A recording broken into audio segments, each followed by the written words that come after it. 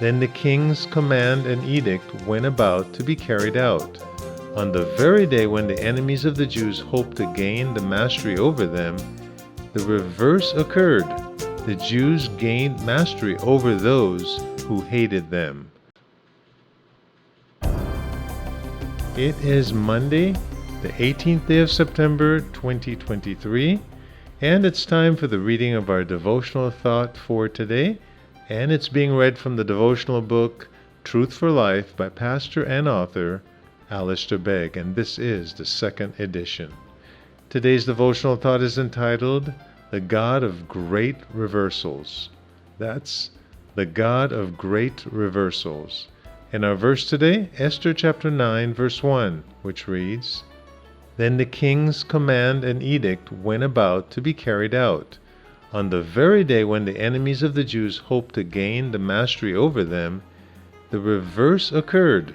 The Jews gained mastery over those who hated them. That's Esther chapter 9, verse 1.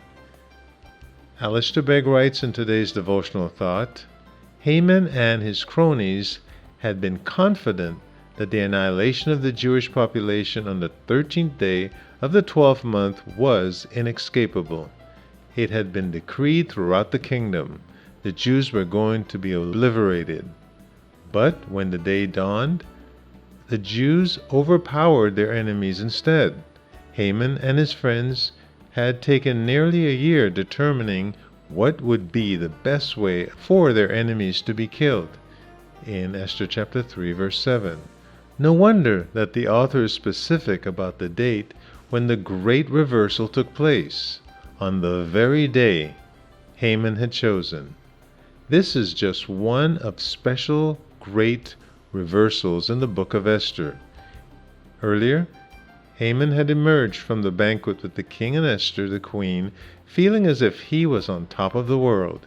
He had gone home to his wife and friends and recounted to them the splendor of his riches, the numbers of his sons. Esther chapter 5, verse 11. Yet on that day chosen by Haman, all 10 of his sons, his throne glory, were killed. His family plummeted from elevation to devastation. Mordecai's experience was just the opposite. He went from obscurity and apparent irrelevance to becoming the most powerful man under the king. He started off as a Jew in Susa, the citadel, who sat at the king's gate in Esther chapter 2, verse 5, which doesn't sound like much, but by the end of the book, he was great in the king's house, and his fame spread throughout all the provinces, for the man Mordecai grew more and more powerful.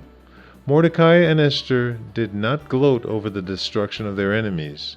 They did, however, dance and celebrate with their Jewish community in Esther chapter 9, verse 18, because they recognized that these reversals were God's doing, and so they were marvelous in their eyes. Psalms 118, verse 23. We can almost hear them singing the song of deliverance. You have turned from me my mourning into dancing. You have loosed my sackcloth and clothed me with gladness, that my glory may sing your praise and not be silent. O Lord my God, I will give thanks to you forever.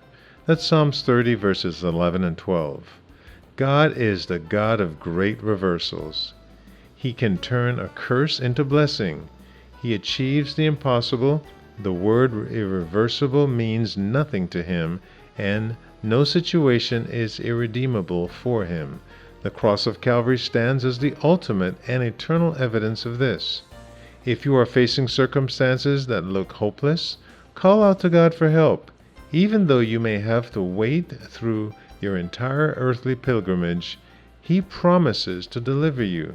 And if you have already experienced one of God's reversal in your life, take time to give thanks and sing His praise. He is good indeed.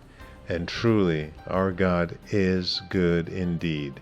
And as we think about the many reversals God has done in our lives, perhaps even this week or this very day, let's stop, pause, and give thanks, because He truly is the God of great reversals.